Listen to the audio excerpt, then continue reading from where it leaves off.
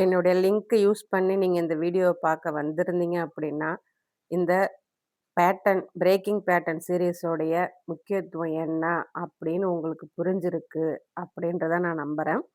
இன்னைக்கு நான் எடுத்துக்கிட்ட தலைப்பு எமோஷனல் வித்ஹோல்டிங்.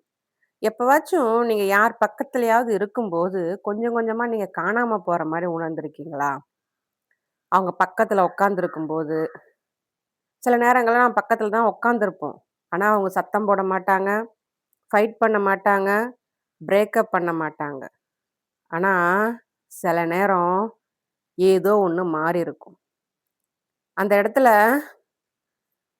அவங்களுடைய அவங்க நம்மகிட்ட குடுக்குற அந்த அரவணைப்பு அப்படின்றது குறைஞ்சிருக்கும். அவங்களுடைய அன்பு அப்படின்றது அங்க கொஞ்சமா காணாம போயிருக்கும். கம்யூனிகேஷன் சுத்தமாவே இருக்காது. ரொம்ப ட்ரையா இருக்கும். திடீர்னு நாம பதட்டம் அடைஞ்சிருவோம். ஸோ, இன்னைக்கு அத பத்தி தான் பேசப் போறோம். Emotional withholding. இது ரொம்ப ஒண்ணும் சத்தம் போட்டு வரக்கூடிய அப்யூஸ் கிடையாது. ஆனா, சைலன்ட்டா நம்மள கண்ட்ரோல் பண்றது. சில நேரம் இந்த சைலன்ட் வந்து நமக்கு அவங்க பேசுற வார்த்தைகள விட ரொம்பவும் வலிக்கும். ஸோ எமோஷனல் வித்ஹோல்டிங் அப்படின்னா என்ன? நாம ஒருத்தர் கூட இருக்கும்போது, அவங்க சத்தமே இல்லாம வேணும்னே அவங்களுடைய அன்ப பின்வாங்குறது. நம்மகிட்ட கம்யூனிகேட் பண்றத ஸ்டாப் பண்ணிட்டு நமக்கு பதட்டத்த குடுப்பாங்க. அவங்களுடைய மௌனத்த பயன்படுத்தி நமக்கு அத தண்டனையா குடுப்பாங்க. அவ நீங்க வந்து உங்கள பத்தின தேவைகள வெளிப்படுத்தும்போது, அவங்க உங்கள்ட்டருந்து விலகி போவாங்க. நான் நல்லா இருக்கேன் அப்படின்னு தான் அவங்க சொல்லுவாங்க. ஆனா, அவங்க பிஹேவ் பண்றது ரொம்பவும் ஒரு மாதிரியா இருக்கும் நமக்கு. இது கன்ஃப்யூஷன்லாம் கிடையாது. அவங்க நம்ம குடுக்குற கன்ஃப்யூஷன்லாம் கிடையாது. இது அவங்களோட ஸ்ட்ராட்டஜி. நம்மள அவங்கள சேஸ் பண்ண வைக்கிற ஸ்ட்ராட்டஜி.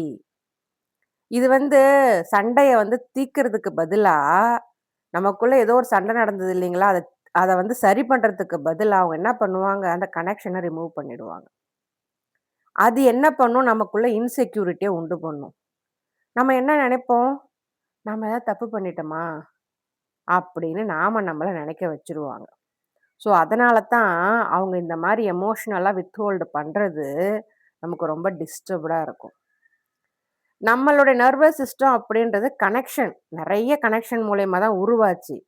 அந்த இடத்துல சில நேரங்கள்ல நம்மளுடைய பார்ட்னர் வந்து நம்மகிட்டேருந்து அன்ப வந்து சடனா உருவிக்கும்போது, நம்ம உடம்பு அத எப்படி ஃபீல் பண்ணும் அப்புட்ன்னா, கோபமா ஃபீல் பண்ணாது. பயமா ஃபீல் பண்ணும். அதனால என்னென்ன ஆகும்? நம்ம ஓவர் திங்கிங் பண்ணுவோம். நாம ஏதாவது தப்பு பண்ணிட்டோமான்னு திரும்ப திரும்ப செக் பண்ணுவோம். அவங்க அனுப்புன மெசேஜ திரும்ப படிப்போம். நாம அனுப்புன ரிப்ளையும் திரும்ப படிப்போம். ஒருவேள நாம பண்ணது, பேசுனது ஏதாவது அவங்கள்ட்ட அவங்க தப்பா போயிருக்குமோ! அப்படின்னு போயிட்டு அவங்கள மன்னிப்பு கேட்போம். அவங்கள பேச வைக்கிறதுக்கு அதிகமா முயற்சி பண்ணுவோம். ரொம்பவும் சாஃப்ட்டா அவங்கள்ட்ட பிஹேவ் பண்ணுவோம். ரொம்பவும் நம்மள குறுகிட்டு, சரி இனிமே எதுனாலும் இனிமே நடக்காது. என்கிட்ட பேசு, பேசுன்னு போய் கெஞ்சுவோம். நாம அவங்களோட அரவணைப்புக்கு அவ்ளோ ஏங்குவோம். ஒரு வார்த்தை பேசிற மாட்டாங்களா? நம்மட்ட சிரிச்சிட மாட்டாங்களா? அந்த அளவுக்கு நம்ம என்ன பண்ணுவோம், நம்மள அந்த அளவுக்கு இறக்கிப்போம் நாம. எப்படா அவங்க பழையபடி மாறுவாங்க அப்படின்னு நம்ம எதிர்பார்த்துக்கிட்டே இருப்போம். திடீர்னு அவங்க பழையபடி மாறி நம்மகிட்ட பேச ஆரம்பிச்சுட்டாங்க அப்படின்னா, அத நம்ம லவ்வுன்னு நெனச்சுப்போம். உண்மையிலே அங்க நம்ம நர்வஸ் சிஸ்டம் ரிலீஃப ஃபீல் பண்றதுனால, அந்த நர்வஸ் சிஸ்டம் வந்து அந்த அவங்க பேசிட்டதுனால அமைதி ஆகறதுனால அது ரிலீஃப்ன்னு ஃபீல் பண்ணுது. ஆனா, அது உண்மையான லவ் கிடையாது. அது ட்ராமா பாண்டிங்.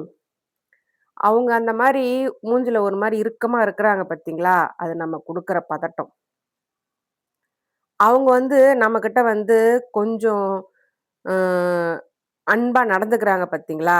அது வந்து அவங்க நமக்கு குடுக்குற ரிலீஃப்.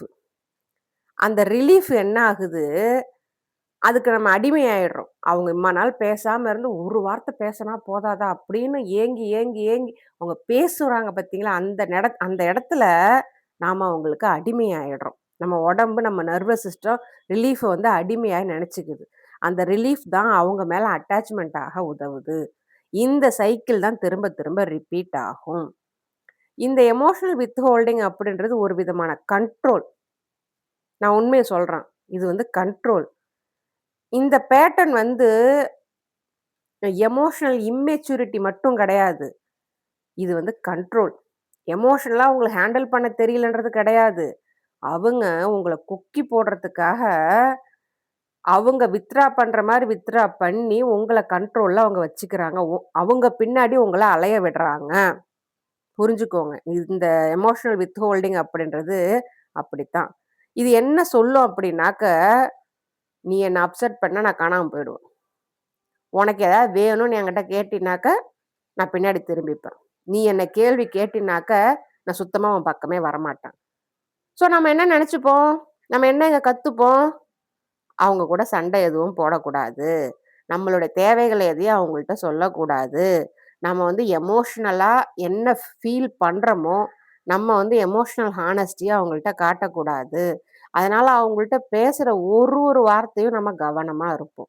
நம்ம ஏதாவது ஒண்ணு சொல்ல போய் அவங்க திரும்ப அதே மாரி மூஞ்ச சுருக்கிட்டாங்கன்னா, நம்ம சொல்லுவோம். அன்பு மிகுதியில சொல்லுவோம். "நீ வந்து நான் எவ்ளோ தப்பு பண்ணாலும் என்ன மன்னிச்சுரு. என்கிட்ட பேசாம மட்டும் இருந்துறாத. உன்னால என்கிட்ட பேசாம இருக்க முடியல. தயவு செஞ்சு என்ன விட்டு போய்" கெஞ்சுவோம் அவங்கள்ட்ட நாம. மன்றாடுவோம். இன்னும் சொல்லப்போனா நாய் மாரி அவங்க பின்னாடி அலைவோம். இது என்ன ஆகும் அப்டின்னா, நம்ம இருக்க கவனமா இருக்கிற மாரி நம்மள காட்டிட்டு, கடைசில ஒரு கட்டத்துல நாம நம்மளையே இழக்க வச்சிரும். இதுக்கு பின்னாடி இருக்கக்கூடிய சைக்காலஜிக்கல் இது என்ன அப்டின்னாக்க, நெறைய பேருக்கு எமோஷனல வந்து அ பின்வாங்க தெரியாது. அதாவது எமோஷனல வந்து சரியா கையாள தெரியாது. அவங்களுடைய எமோஷன்ஸ அவங்களால ரெகுலேட் பண்ண தெரியாது. முதல் விஷயம்.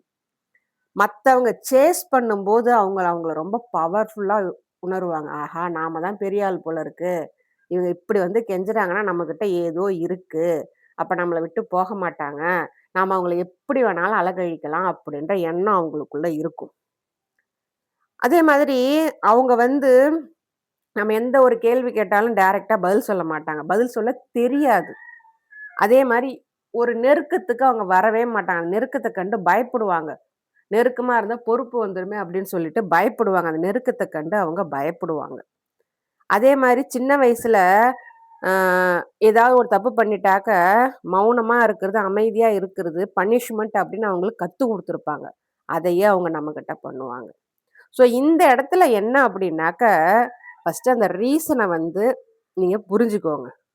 ஆனா, அதனால உண்டான டேமேஜ நீங்க ஜஸ்டிஃபை பண்ணாதீங்க. அதாவது அவங்களுக்காக வாதாடுதீங்க. டேமேஜ் டேமேஜ் தான். ஒரு வளர்ந்த பெர்சன் அப்டின்னாக்க, ஒரு வளர்ந்த அடல்ட் அப்டின்னாக்க, ஹெல்தி கம்யூனிகேஷன கத்து வச்சிருக்கணும். அதுக்கு அவங்க பொறுப்பு எடுத்துக்கணும். சரிங்களா?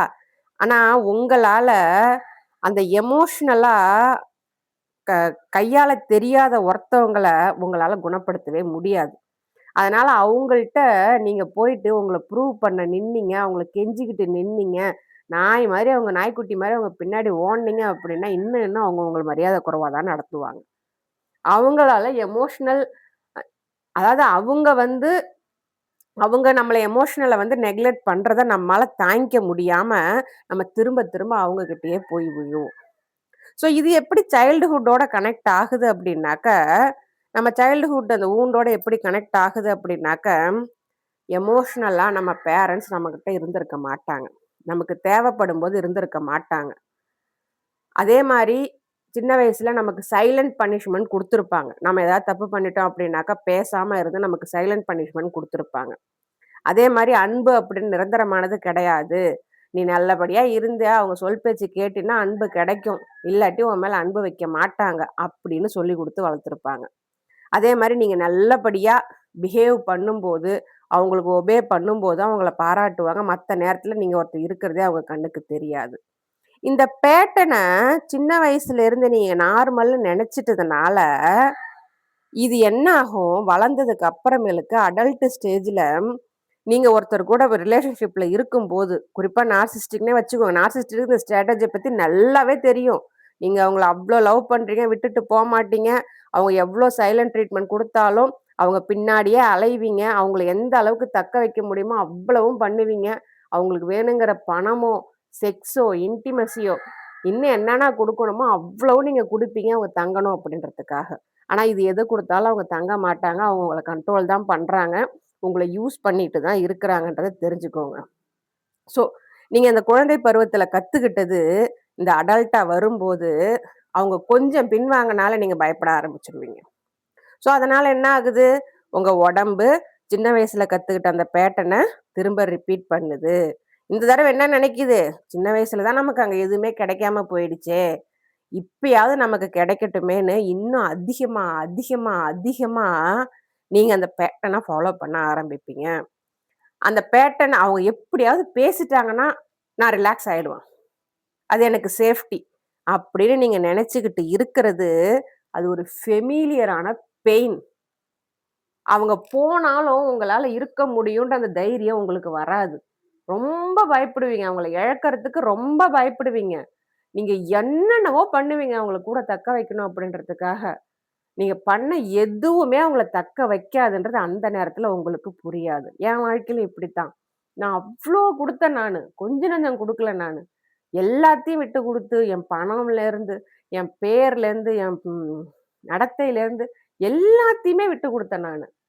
ஆனா, என்ன யூஸ் பண்ணிட்டு தான் போனாங்களே ஒழிய, கொஞ்சம் கூட என் மேல அந்த அன்புன்றது கொஞ்சம் கூட இம்மி அளவுக்கு கூட இல்ல. வெறும் யூஸ் பண்ணப்பட்ட பொருளா தான் நான் இருந்தேன் நானு. அதெல்லாம் இப்ப தான் எனக்கு தெளிவாவே தெரிய வருது. ஸோ, நீங்க இந்த எமோஷனல் வித்ஹோல்டிங்ல இருக்கிறீங்க அப்படின்றதுக்கு என்னென்ன சைன்ஸ் அப்படின்னாக்க, அவங்க அமைதியா இருந்தா ஏன் உங்களுக்கு பதட்டமாவுதுன்னு உங்கள நீங்களே கேட்டுக்கோங்க. நீங்க ஏதாவது ப்ராப்ளத்த பத்தி பேசப் போனா அவங்க ஏன் அத மறுக்கிறாங்க? ஏதாச்சும் ஒரு பிரச்சனைய வந்து எதிர்கொள்றதுக்கு பதிலா, ஏன் உங்கள விட்டு போறாங்க? நீங்க ஏதோ ஒண்ணு சொல்லப்போக, அவங்க ஏதோ ஒண்ண மிக்ஸ் பண்ணி அந்த விஷயத்த ஒண்ணும் இல்லாம ஆக்கிடுவாங்க. நீங்க ரிலேஷன்ஷிப்ல இருந்தாலும், உங்கள எமோஷனலா தனியா ஃபீல் பண்ண வைக்கிறாங்களா? இதெல்லாம் அவங்க பண்றாங்க அப்படின்னாக்க, அங்க கம்யூனிகேஷன் இஷ்யூ இருக்குது. அங்க எமோஷனல் வித்ஹோல்டிங் நடக்குது. அங்க எமோஷனல் ஸ்டெபிலிட்டி இல்ல. உங்கள அவங்க பதட்டமடைய வச்சுக்கிட்டே இருக்கிறாங்க. உங்கள அப்யூஸ் பண்ணிக்கிட்டே இருக்கிறாங்கன்னு அர்த்தம். ஹெல்தி லவ்னா எப்படி இருக்கணும்? எனக்கு கொஞ்சம் நேரம் குடு. நான் திரும்ப வந்து பேசுறேன்னு சொல்லணும். திரும்ப வந்து பேசணும். பேசாம உங்கள பதட்டப்பட வைக்கக்கூடாது.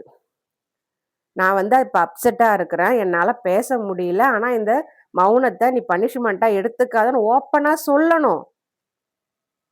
நீ ஏதோ ஒண்ணு பண்ணன்றதுக்காக இந்த மௌனத்த நான் உனக்கு பனிஷ்மென்ட் குடுக்குறேன் அப்படின்ற பேர்ல காட்டிட்டு போறது உண்மையான அன்பு கிடையாது. நம்ம 2 பேரும் சேர்ந்து என்னன்னு பேசி தீர்ப்போம் அப்படின்னு சொல்லணும்.